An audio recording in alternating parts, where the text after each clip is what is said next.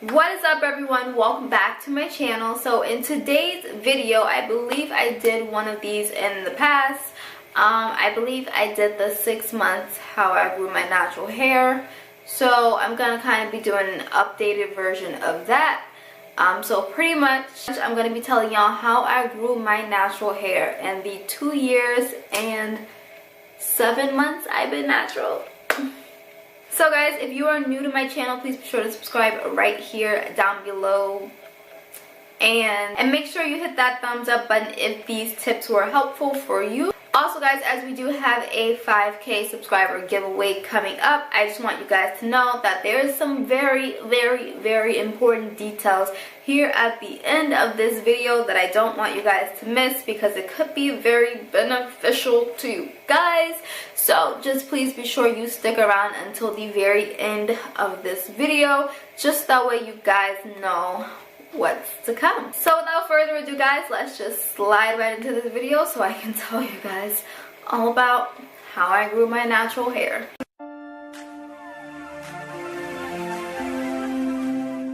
Okay, so pretty much like I said, this is going to be an updated version of the video that I believe I did like a year ago, which it's kind of time to do a new one because some steps have changed, some steps have remained the same, but like I said, either way, it's time to do an updated one. You know, it never hurts to update your life.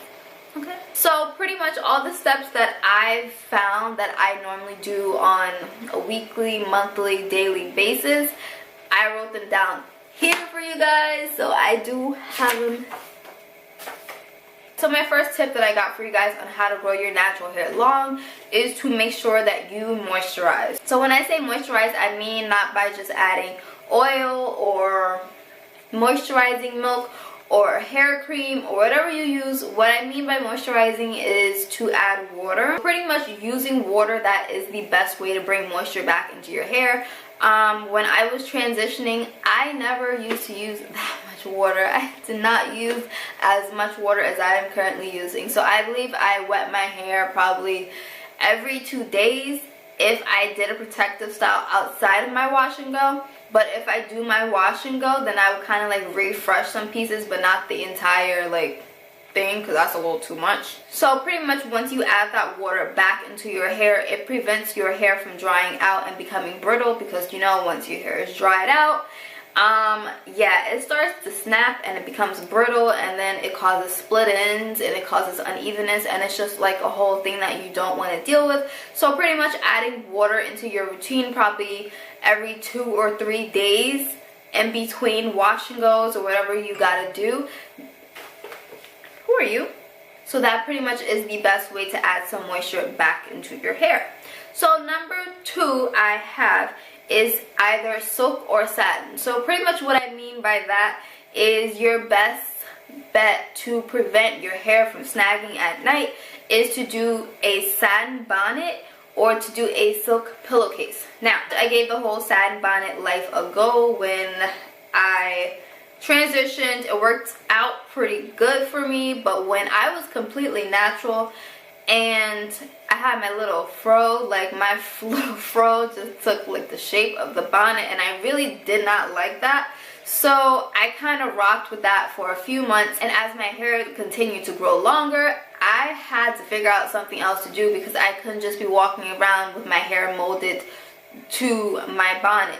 So pretty much I've been using these silk feel scarves over my pillowcases at night, just so that way when I do go to sleep, my hair isn't touching like the cotton pillowcases, it's not being snagged, it's not causing dryness or anything like that, because you know, if your hair is like brushing up against a rough surface, you about to get some dryness and you about to get some split ends, and I ain't about that life.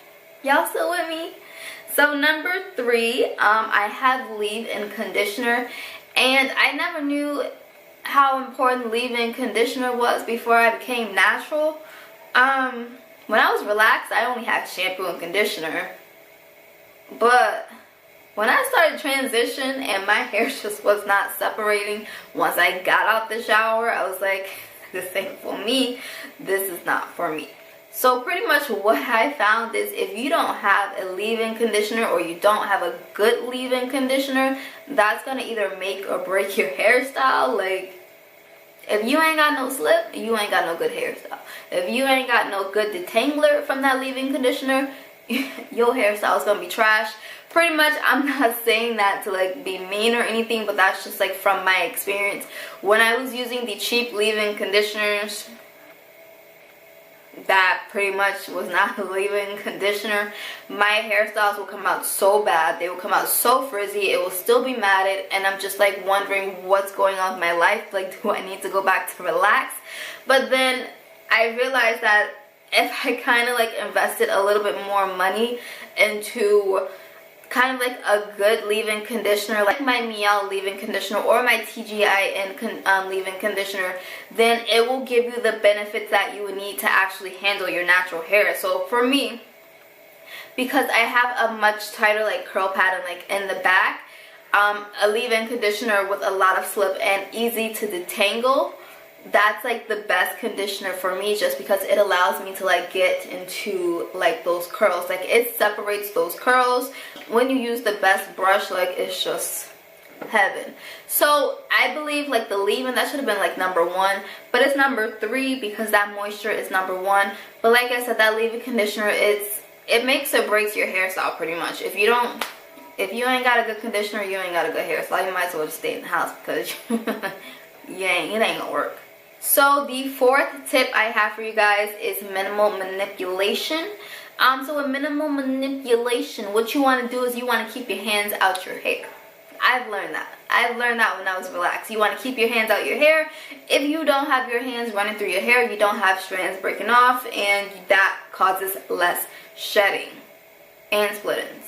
So pretty much your hair thrives when very little is being done to it. So for example, when you have box braids in, you find that your hair is growing a little bit faster as opposed to when you don't have box braids. That's because you're not doing anything. You're just letting your hair be. It's doing what it do. It's minding its business. You don't have to worry about you running your hands through. Your hair strands getting caught on your cuticles or underneath your nails or in the cracked nail that you thought wasn't cracked, but now it's cracked and it's in between and it's snagging your hair. Yeah, you don't have that happening. So very little manipulation on your hair is like the best that you can possibly do to your hair. If you do a protective style like this, I'm gonna leave this in for a week or 2. It depends on how I feel, but I'm not doing anything to my hair, and I know that when I go to take it down, I'm gonna have some type of shedding, but I'm not going to be losing as much hair as I would have lost if I continuously did my hair every single day. So number 5, again, I never knew how important this one was, but it is absolutely necessary to deep condition. Now, I'm not saying that you guys have to deep condition every single day for the rest of your life for the next 10 years or for a decade. What I'm saying is that you need to incorporate some type of deep conditioner into your hair routine, so that way your hair is getting a little bit more of the ingredients that normal conditioners just are not giving you, because they're very limited. Like I said, I don't deep condition on a regular basis. I believe I may deep condition probably once every 2 weeks. Sometimes if I'm lucky, 2 times every 2 weeks. But like I said, at least incorporating like some type of deep conditioner into your regimen, you're allowing your hair to get those ingredients that just a regular conditioner cannot give you. So pretty much with the benefit of deep conditioning, especially with heat, which I like to do, it opens up your hair cuticles and it allows that moisture to get in, and then you kind of seal it with cold water. So with that, your hair is moisturized. Exhibit A, you just open up your cuticles. Then it becomes a little bit more manageable, so when you go to detangle, it also adds a lot of softness, especially like I said, I have much tighter curls in the back, so it kind of like feels like a little rough back there. So when I add a little deep conditioner in the mix, it just makes it feel like I got one texture all over my head. Okay, so tip number 6 I actually have is minimal heat. Now, a lot of you are going to say, oh, you're natural, why don't you use no heat? Because I like to have my hair straightened. That's why I like to use minimal heat, and I can't go without heat. Duh. So when I say minimal heat, I mean that you just want to use less heat. I'm not telling you not to use heat. I'm just telling you to use a little bit less. So currently I am on a 1-year no heat regimen. I did this before when I was relaxed and my hair grew so much. So I'm just doing that again so I can actually straighten my hair again in December of 2019. So that's pretty much what I mean by minimal heat. I'm not putting heat on my hair 24/7. And even if you do straighten your natural hair, you just want to be very cautious with it because like I said, or like you guys know, natural hair, it can be easily damaged. So pretty much if you decide to straighten your hair, you need to find the best heat setting on that straightener that will not cause any damage. And when you do find that setting, you need to make sure that you are pretty much just straightening your hair so it's not getting damaged, so you're not going over it multiple times. For me, I only go over my hair once. You guys see that? I only go over my hair once. If I don't blow dry some parts of my hair out, that's when I need to go over it twice. 2 times is the max. I don't go over my hair more than 2 times, to be honest, but 1 is always like that set number for me. Last but not least, I feel like everybody has their opinion on this, and I obviously have mine, which is why I'm about to tell you guys this. But I feel like with natural hair, I feel like that there is like some type of rule that this is a must and that this is absolutely needed to be done every few months or weeks or years or whatever. And obviously it's going to be hair trims. When I say getting your hair trimmed, I don't mean that you have to go and cut 3, 4, 5, 6 inches off of your hair. They are pretty necessary. They're just not as frequently necessary as it's made to be for natural hair, and that's what I don't understand, because a lot of people, they like to trim their hair like every 3 to 6 weeks, and I'm like, if you're trimming your hair every 3 to 6 weeks, then you're just kind of like cutting that growth off, and that's why you're not seeing any growth with your hair. I pretty much trim my hair whenever my hair is straight. Clearly that's not too often.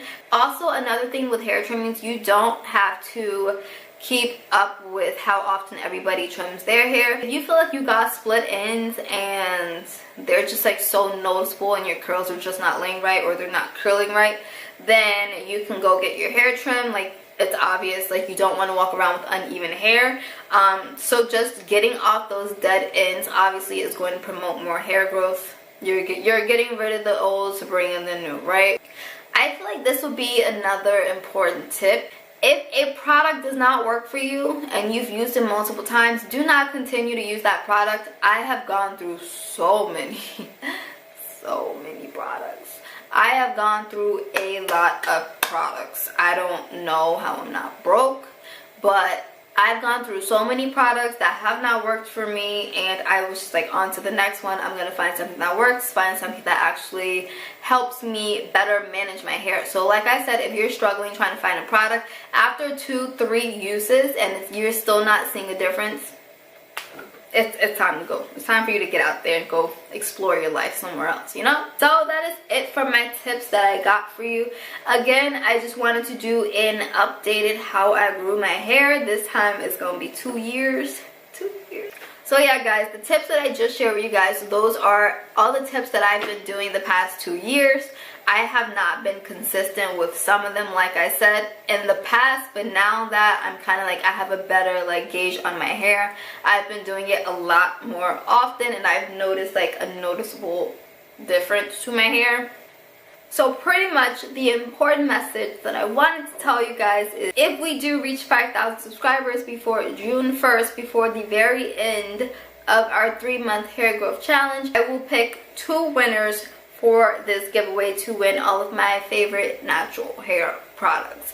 So pretty much once we get closer to that goal, I'm gonna make another video just describing everything to you. But for right now, that is all that I'm gonna tell you guys, because this video is now dragging out. So please be sure to subscribe, just so that way you can be entered in this giveaway, you can be notified, and I will see you guys in my next video.